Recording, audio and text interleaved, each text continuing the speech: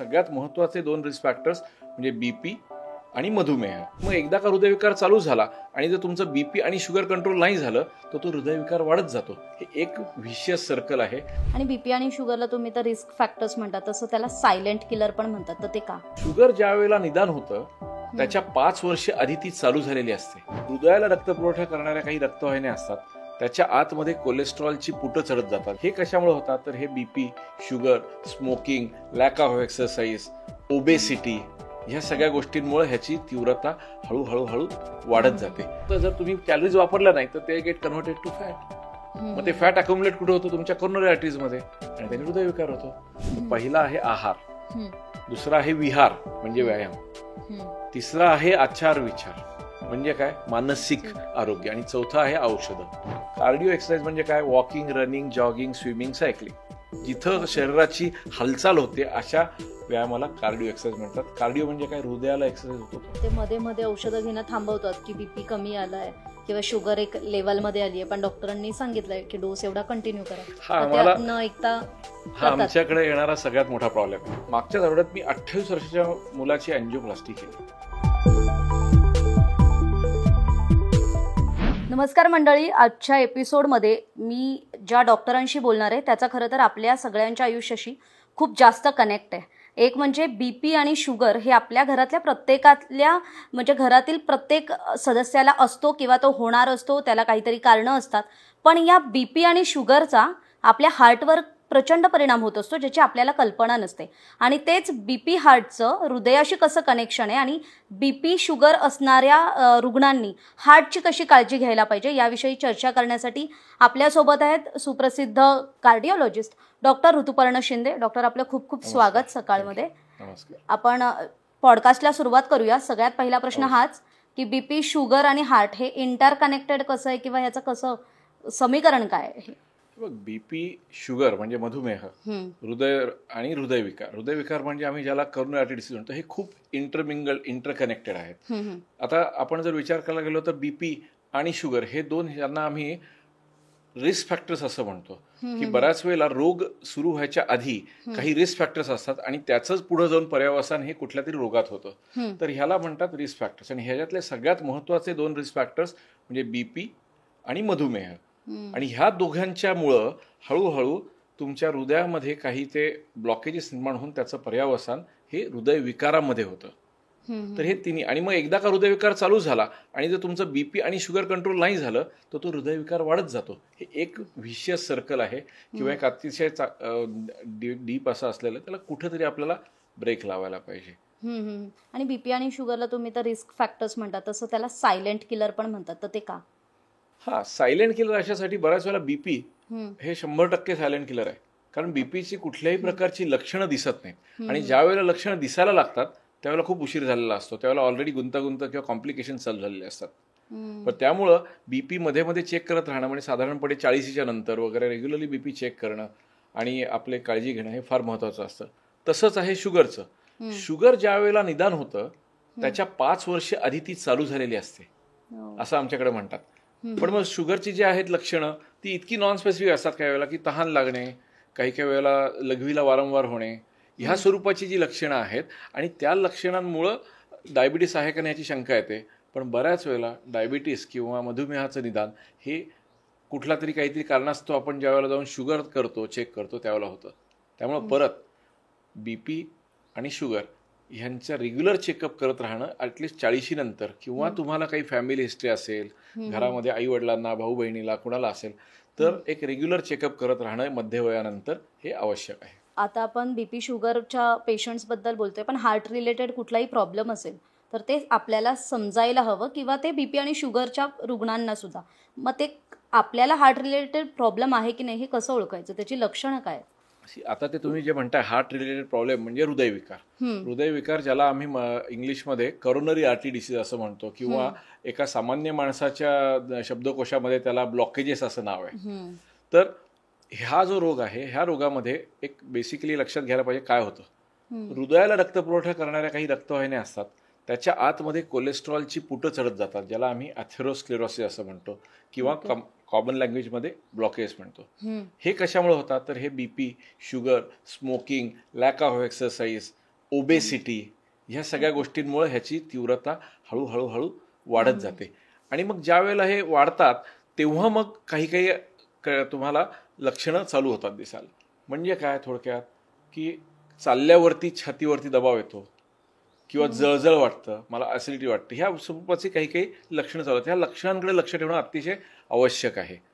पण जर अशी लक्षणं होत नसतील आणि आपल्याला बीपी आहे, डायबिटीस आहे, आपण स्मोकिंग करतोय, तर मग आपल्याला रेग्युलर आपल्या डॉक्टरांकडे जाऊन, फॅमिली फिजिशियनकडे जाऊन, कार्डिओलॉजिस्टकडे जाऊन आपला चेकअप करणं, एक ECG काढणं, एक बेसिक मेडिकल चेकअप करणं आणि मग त्याच्या अनुषंगाने असलेल्या काही तपासण्या आहेत, 2D इको, स्ट्रेस टेस्ट, या करणं हे आवश्यक आहे.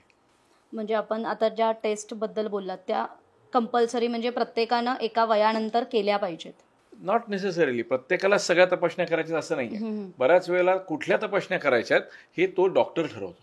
ओके. पण आपण ऍटलिस्ट वैद्यकीय संपर्क करावा, कुठल्या तरी डॉक्टरशी जाऊन मला असा त्रास होतोय किंवा माझ्या घरी आई वडिलांना, भाऊ बहिणीला त्रास होता आणि मला कधी काही दम लागतोय आणि माझी जी जीवनशैली आहे ती फार काही चांगली नाहीये, मी काही व्यायाम करत नाही, घरी बसूनच वर्क फ्रॉम होम चालू आहे माझं आणि मला खूप फॅमिली तणाव पण आहे, असं काही असेल तर सरळ तुमच्या डॉक्टरांशी तुम्ही सल्लामसलत करा आणि मग डॉक्टर सांगतील तुम्हाला की काय करा. मग त्या तपासण्यांमध्ये एक छोटासा ECG असतो किंवा कधी कधी 2D इको म्हणून जे हृदयाची सोनोग्राफी ती असते किंवा पट्ट्यावर चालण्याची जी टेस्ट आहे, ज्याला आम्ही स्ट्रेस टेस्ट असं म्हणतो, ट्रेडमिल टेस्ट, ती असू शकेल. तो निर्णय मात्र तुमचे डॉक्टर घेतील. आता स्ट्रेस, बदलत्या जीवनशैलीविषयी तुम्ही बोललात, तर हे लाईफस्टाईल किंवा बसून काम करण्याची जी ऑफिसमधली पद्धत असते, तर त्याचा हृदयावर कसा परिणाम होतो? त्याचा सगळ्यात जास्त परिणाम आहे.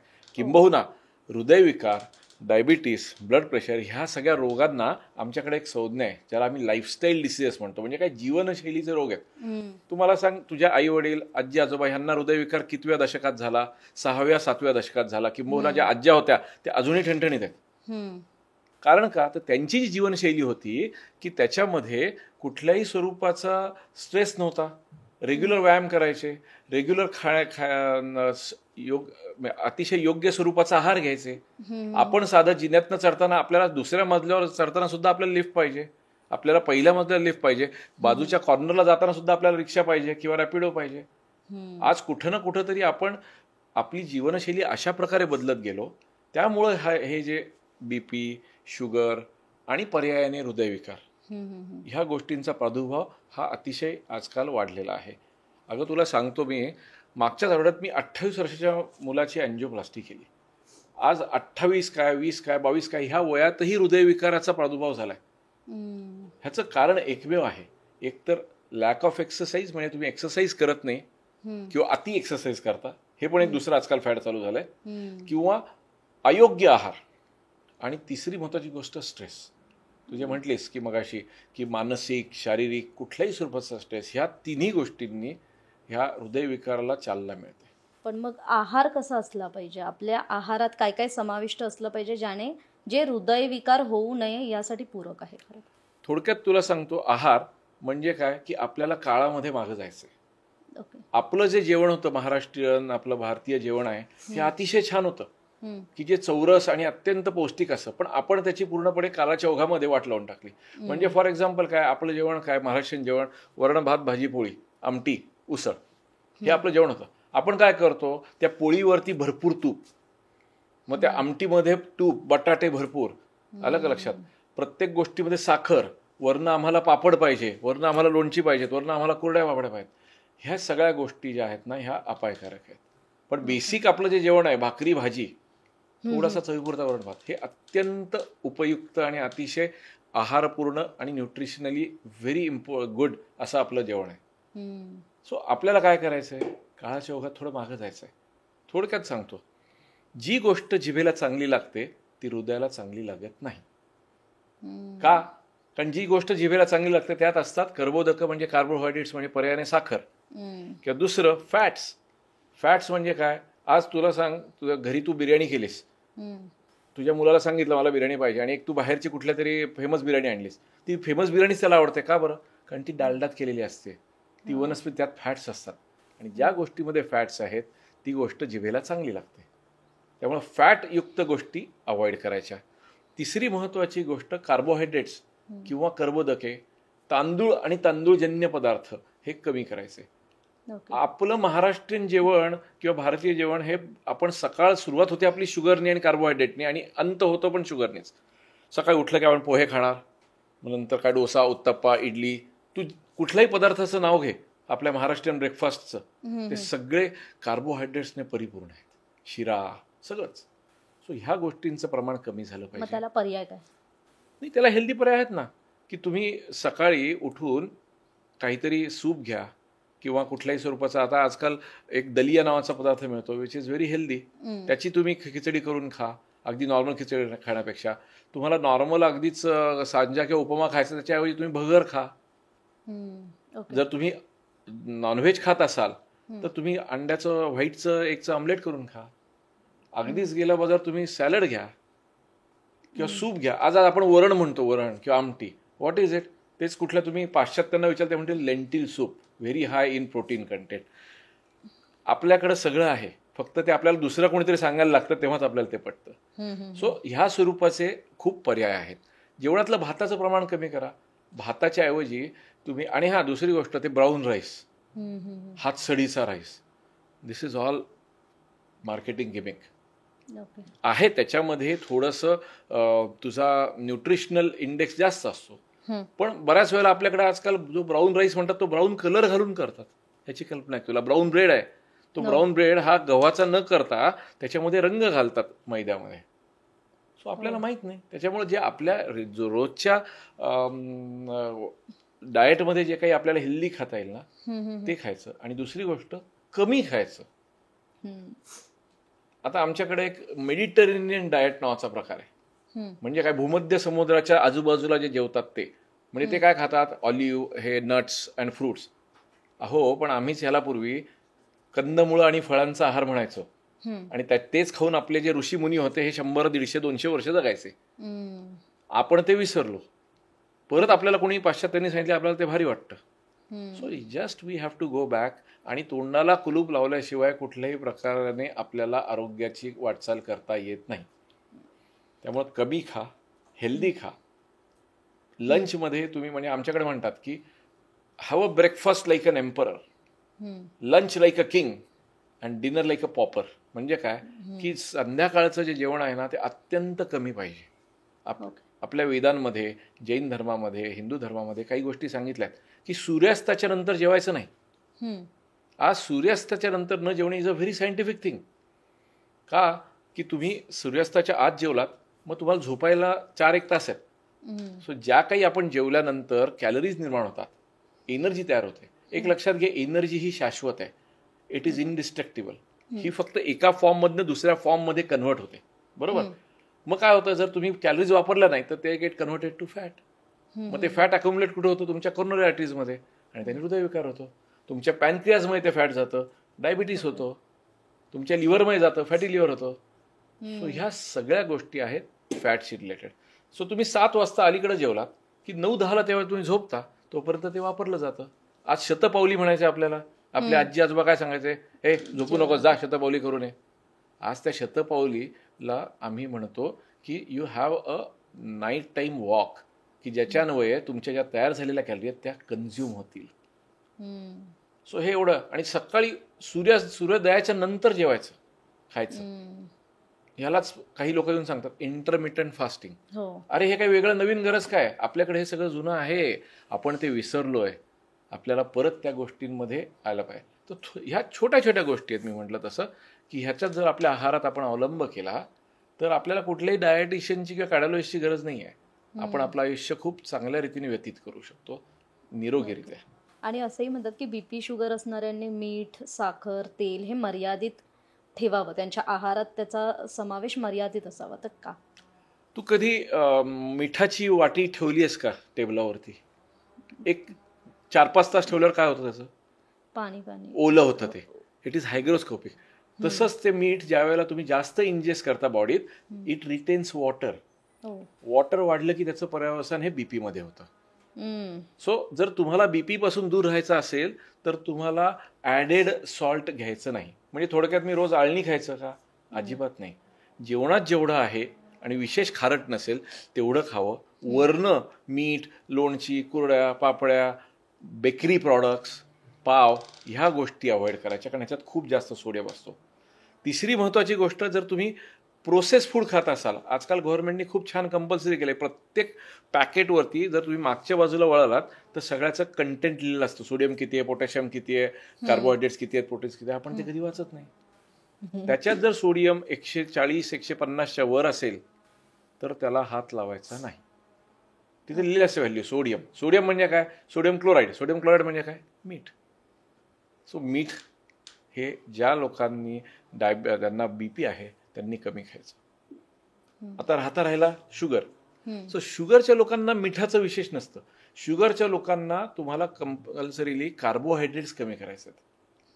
म्हणजे कर्बोदके म्हणजे काय, भात, राईस रिलेटेड गोष्टी, गोड गोष्टी, मैदा, ह्या सगळ्या गोष्टींचं प्रमाण एकदम कमी करायचं. पण मग आता ते ज्यावेळेला कमी करतो तर एनर्जी कुठनं मिळणार, तर थोडंसं आपल्याला प्रोटीनचा जो समावेश आहे तो वाढवायला लागतो. प्रथिनं आपल्या ह्याच्यात वाढवायला लागतात. मग त्याच्यामध्ये नॉनव्हेज प्रथिनं आहेत, चिकन आहे, फिश आहे, अंडी आहेत, व्हाईट ऑफ एग्स. मग आमचे व्हेजिटेरियन लोक अंगावर येतात, नाही पण आम्ही शाकाहारी आहोत. ठीक आहे, तुम्ही चालू करू नका. व्हेजिटेरियनमध्ये सुद्धा उत्तम प्रथिनं आहेत. सोयाबीन, आजकाल ब्रोकोलीची भाजी मिळते. तुला हे माहिती आहे का की 100 ग्रॅम ब्रोकोली आणि 100 ग्रॅम चिकन ह्याच्यामध्ये कशात जास्त प्रोटीन असतं, ब्रोकोलीमध्ये. पण it is qualitatively little inferior protein. मग त्याला काय करायचं, त्याला कंबाईन करायचं दुसऱ्या प्रोटीनवर, म्हणजे काय, वरण, आमटी. So you take one form of protein, veg protein like वरण, आमटी.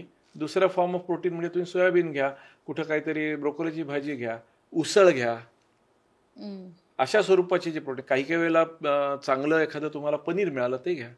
सो व्हेजमध्ये सुद्धा, शाकाहारात सुद्धा प्रथिनं खूप चांगल्या रीतीने तुम्हाला मिळवता येतात. बीपी आणि शुगरच्या लोकांचा आहार कसा असला पाहिजे हे आपण बोललो. त्यांचं रुटीन कसं असलं पाहिजे, म्हणजे आहार, एक्सरसाइज आणि झोप, हे कसं असलं पाहिजे? मी सांगताना बऱ्याच वेळेला सांगतो, जर तुम्हाला कार्डिओलॉजिस्टकडे यायचं नसेल तर तुम्हाला एक आरोग्याची चतुसूत्री पाळायला लागते. हे जे 4 आहेत ना गोष्टी, ह्या 4 आरोग्याच्या तंबूचे खांब आहेत. ते समसमान पाहिजेत, कमी पण नाही पाहिजे, जास्त पण नाही, तर डगमगतो आरोग्यस्तंभ. तर पहिला आहे आहार, दुसरा आहे विहार म्हणजे व्यायाम, तिसरा आहे आचार विचार म्हणजे काय, मानसिक आरोग्य, आणि चौथा आहे औषधं, म्हणजे जी काही तुम्हाला दिलेली असेल. सो पहिली गोष्ट आहाराचा आपण मगाशी बोललोच. विहार म्हणजे व्यायाम. व्यायाम म्हणजे मी उद्या लगेच जाऊन जिम लावायची का, अजिबात नाही, काही गरज नाही. हार्टच्या दृष्टीने जो महत्वाचा व्यायाम आहे त्याला आम्ही कार्डिओ म्हणतो. कार्डिओ एक्सरसाइज म्हणजे काय, walking, running, jogging, swimming, cycling, जिथं शरीराची हालचाल होते अशा व्यायामाला कार्डिओ एक्सरसाइज म्हणतात. कार्डिओ म्हणजे काय, हृदयाला एक्सरसाइज होतो तो, म्हणून त्याला कार्डिओ म्हणतात. कार्डिओ मीन्स हृदय. तर ह्या स्वरूपाचं तुम्ही चाला, फक्त चाला. पूर्वी आपल्याकडे म्हणायचे वाचाल तर वाचाल, आता आम्ही ह्याला थोडं मॉडिफाय करावे, म्हणतो चालाल तर चालाल पुढे. थोडक्यात काय की रोज एक 40 मिनिटं चालायचं, सपाट जमिनीवर, पण थोडं फास्ट. एक 20 मिनिटं चाला, 5 मिनिटं गॅप घ्या, परत 20 मिनिटं चाला. 45 मिनिटं daily walk, at least 5 times a week minimum. आणि दुसरी गोष्ट, थोडंसं वेट ट्रेनिंग. घरी एक 5-5 किलोचे 2 डंबेल्स घ्या आणि त्यांनी व्यायाम करा. किंवा आजकाल थेराबँड म्हणून मिळतात, चिवट बँड, त्यांनी ते जे शरीराच्या वजनालाच डंबेल म्हणून वापरतात, तर ते तुम्ही करू शकता. एवढा तुम्ही आठवड्यातून 40 मिनिटं रोज असे 5 दिवस तरी स्वतःसाठी वेळ काढलात ना, it will go a very long way in securing your heart health. तुमच्या हृदयाच्या आरोग्याला अतिशय चांगला त्यांनी बूस्ट मिळेल. कारण काय होतं, तुम्ही घरी बसला, वर्क फ्रॉम होम, मग आम्हाला बसल्या बसल्याच खायला पाहिजे, स्क्रीनवरतीच आम्ही बसणार, मग हे सगळे त्रास चालू होतात. इनफॅक्ट कोविडमुळे झालेला सगळ्यात महत्वाचा प्रॉब्लेम इज हे वर्क फ्रॉम होम. ह्याच्यात आपण काउच पोटॅटोज निर्माण केलेत की बसूनच सगळं समोरच. आमचे ॲटलिस्ट ऑफिसपर्यंत तरी जायचे लोक, चालायचे, आता ते पण नाही राहिलं. तर कुठं ना कुठं तरी आपल्याला ॲक्टिव्हिटीज केल्या पाहिजेत. कुठंतरी आपण कॅब कमी करा, चालायला लागा, आणि त्यांनी तुमच्या हृदयाला चालना चांगली मिळेल. हा झाला विहार. तिसरा आचार विचार म्हणजे मानसिक स्वास्थ्य. नाही, मला फार स्ट्रेस आहे, मला टेन्शन आहे, कुणाला बायकोचं टेन्शन आहे, कुणाला पोरांचं टेन्शन आहे, कुणाला बॉसचं टेन्शन आहे, प्रत्येक ठिकाणी टेन्शन आहे. पण टेन्शन सगळ्यांना असतात, स्ट्रेस सगळ्यांना आहे, पण त्याचा आपल्या शरीरावरती कुठल्याही स्वरूपामध्ये अपायकारक इफेक्ट झाला नाही पाहिजे. तो व्हायला लागला तर ह्याचा अर्थ कुठंतरी आपण ते कंट्रोल करत नाही. मग काय करायचं? साधी गोष्ट, जी गोष्ट तुम्हाला आवडते ती गोष्ट करा. कुठंतरी स्वतःसाठी वेळ काढा. आपण आपल्या कुटुंबासाठी काढतो, प्रोफेशनसाठी काढतो, स्वतःसाठी वेळ काढा. तुम्हाला ज्या हॉबी करायच्या राहिल्यात त्या हॉबी करा. कोणाला काय आवडत असेल त्या गोष्टी करा. मैत्रिणींमध्ये तुमचा वेळ घालवा. बी सोशल. लहान मुलांच्या वेळ घालवा. That is the biggest stress buster. कळलं का? आणि सगळ्यात गोष्ट, कुठंतरी तुमचं मन मोकळं करा. आणि जर तरीही तुम्हाला आवडत नसेल तर there are professional people to help you. म्हणजे प्रोफेशनल सायकोलॉजिस्ट आहेत, सायकॅट्रिस्ट आहेत. आता सायकॅट्रिस्ट म्हटलं की वेळाचा डॉक्टर असं नाही आहे. They are there to help you. अलग लक्षात. ह्या सगळ्याचा विचार करू. आणि झोप ही झालीच पाहिजे. 7 ते 8 तास, मिनिमम 7 तास झोप झाली पाहिजे. म्हणजे उशिरा झोपायचं, रात्रभर सिरियल बघत आणि सकाळी लवकर उठायचं, विच इज नॉट करेक्ट. 7 तास मिनिमम झोप ही झाली पाहिजे. किंबहुना आमच्याकडे सांगतात, जर व्यवस्थित झोप घेतली, व्यवस्थित व्यायाम केलात तर तुमचं बीपी ऑलमोस्ट 5 ते 10 मिलीमीटर्स ऑफ मर्क्युरीनी कमी येतं. हो, हा झाला स्ट्रेस. आणि चौथा, औषधं. ती जी दिलेली आहेत रेग्युलर, ती औषध दिल्याप्रमाणे घ्यायची, स्वतःचं डोकं लावायचं नाही. मग ते मध्ये मध्ये औषधं घेणं थांबवतात की बीपी कमी आलाय किंवा शुगर एक लेवलमध्ये आली आहे, पण डॉक्टरांनी सांगितलंय की डोस एवढा कंटिन्यू करा, न ऐकता हा आमच्याकडे येणारा सगळ्यात मोठा प्रॉब्लेम आहे की काही नाही सर, तुम्ही मागच्या वेळेला दिली होती गोळी, आम्ही महिनाभर घेतली आणि बंद करून टाकली. आमचे दुसरे एक डॉक्टर म्हणाले की आता बंद करून टाका. हे काही ताप नाही आहे किंवा इन्फेक्शन नाही की 5 दिवस घेतलं आणि बंद केलं. हे वर्षानुवर्ष लॉंग टर्म चालणारे रोग आहेत. सो एकदा का बीपीची गोळी चालू झाली की ती लॉंग टर्म राहते, ती कमी होते, पण व्हेरी रेअरली ती बंद होते. जर तुम्ही वजन कमी केलं, साधारणपणे 10% तुमचं वेट लॉस केलात, तुम्ही व्यायाम करायला लागलात, थोडंसं स्ट्रेस कमी केला, डेफिनेटली माझी स्वतःची, मला 2 गोळ्या आता बीपीच्या, आता मी अर्ध्या गोळीवरती आहे. कारण मी वजन कमी केलं, मी व्यायाम चालू केला. सो ह्या गोष्टींचा प्रयोग केला तर आपल्याला डेफिनेटली बीपीच्या गोळ्या कमी करतात. पण तुमच्या डॉक्टरला न विचारता आपणहून गोळ्या बंद करू नयेत. That is the biggest problem. बऱ्याच वेळेला एक गोळी खातो मी बीपीची म्हणून मी आता अपंग झालो असे आम्हाला लोकांना वाटतं. म्हणजे अरे बापरे बापरे, मला बीपी आहे. अजिबात नाही. उलट ती गोळी नाही खाल्ली आणि एखाद दिवशी 200-300 बीपी झाला आणि जर स्ट्रोक झाला, पॅरालिसिस झाला, हार्ट अटॅक झाला तर ते आपल्याला खूप महागात पडतं आरोग्याच्या दृष्टीने. त्यामुळे एक गोळी न खाणे ह्याच्यामध्ये कुठल्याही प्रकारचा शहाणपणा नाही. तर हे आपण बीपी आणि शुगर म्हणजे डायबिटीस असणाऱ्या रुग्णांनी खरं तर हृदयाचं आरोग्य कसं सांभाळावं याविषयी डॉक्टरांशी चर्चा केली. डॉक्टर, आता आपण शेवटच्या सेगमेंटकडे आलोय, ज्यात मी तुम्हाला रॅपिड फायर विचारणार आहे. म्हणजे आपल्या आजूबाजूला लोक खूप बोलत असतात, काही त्यांचे गैरसमज असतात, काही त्यांच्या चुकीच्या समजुती असतात. तर आपण त्यावर प्रकाश टाकावा, कुठली गोष्ट चूक, कुठली बरोबर, काय कारण काय त्यामागचं ते सांगावं.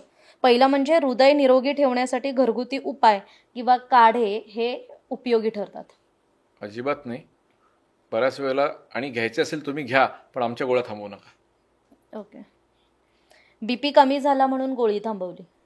अजिबात नाही. असं चुकूनही करू नये, कारण ते बीपी कमी झालेलं असतं, कारण त्या गोळीमुळे असतं. आणि the moment you stop the BP medicine, आज ना उद्या 8-10 दिवसांनी ते परत वाढतं. आणि फक्त स्ट्रेसमुळे हार्ट अटॅक येऊ शकतो? ॲब्सोल्युटली. स्ट्रेस हा one of the most important, म्हणजे सगळ्यात महत्त्वाचा प्रेसिपिटेटिंग फॅक्टर आहे कोरोनरी आर्टरी डिसीजमध्ये. त्याच्यामुळं stress busting is very important, खूप महत्त्वाचं आहे. हृदयविकार हा फक्त ज्येष्ठ नागरिकांना किंवा वयस्करांनाच होतो? अजिबात नाही. वय वर्ष 20 पासून मी स्वतः हृदयविकाराचे पेशंट पाहिलेत. आमच्या लिटरेचरमध्ये, सायंटिफिक लिटरेचरमध्ये वय वर्ष 9 पासून सुद्धा काही काही जणांना आहेत. अर्थात त्याची कारणं खूप वेगळी आहेत, पण आजकाल वार्धक्याशी रिलेटेड हृदयविकार राहिलेला नाही आहे. तो आता तरुणाचा आणि तारुण्याचा आजार झालेला आहे. गोड खाल्ल्यानं हार्ट ब्लॉकेजेस बनतात? येस, बऱ्यापैकी ह्याच्यात तथ्य आहे. गोड म्हणजे कार्बोहायड्रेट्स एका प्रमाणाच्या बाहेर खाल्ले की तुम्हाला एकतर गोष्ट डायबिटीस होतो, दुसरी गोष्ट अथेरोस्क्लेरोसिस किंवा ती ब्लॉकेज बनण्याची जी प्रक्रिया आहे हृदयातली ती फास्ट होते. आणि डायबिटीस असला किंवा बीपी असला की तुम्हाला हार्ट प्रॉब्लेम हमखास होणार, म्हणजे होणार, हे समजू. इनफॅक्ट डायबिटीसला किंवा आम्ही जो मधुमेह म्हणतो, टाईप 2 डायबिटीस, याला आम्ही कॉर्नरी आर्टरी डिसीज इक्विव्हॅलंट, म्हणजे काय की एखाद्या व्यक्तीला हृदयविकार आला आहे पण डायबिटीस नाही, आणि दुसऱ्या व्यक्तीला डायबिटीस आहे पण हृदयविकार नाही, या दोघांची पुढच्या 5 वर्षात मरण्याचे चान्सेस सेम आहेत. सो जर तुम्हाला डायबिटीस असेल तर तुम्हाला ऑलरेडी एक हार्ट अटॅक येऊन गेला आहे, एवढी तुमची रिस्क आहे. त्याच्यामुळं डायबिटीसकडं खूप लक्ष देणं गरजेचं आहे आणि त्याला कंट्रोलमध्ये ठेवणं फार आवश्यक आहे. Thank you so much doctor. तर आज आपल्यासोबत होते डॉक्टर ऋतुपर्णा शिंदे, ज्यांनी खरं तर आपल्याला महत्त्वाच्या विषयावर मार्गदर्शन केलं आहे, ते म्हणजे BP आणि डायबिटीस असणाऱ्या रुग्णांनी स्वतःचं हृदयाचं आरोग्य कसं सांभाळायचं. तर आपल्याला याविषयी काय वाटतंय, आपल्या ज्या प्रतिक्रिया आहेत त्या कमेंट बॉक्समध्ये कमेंट करून जरूर कळवा.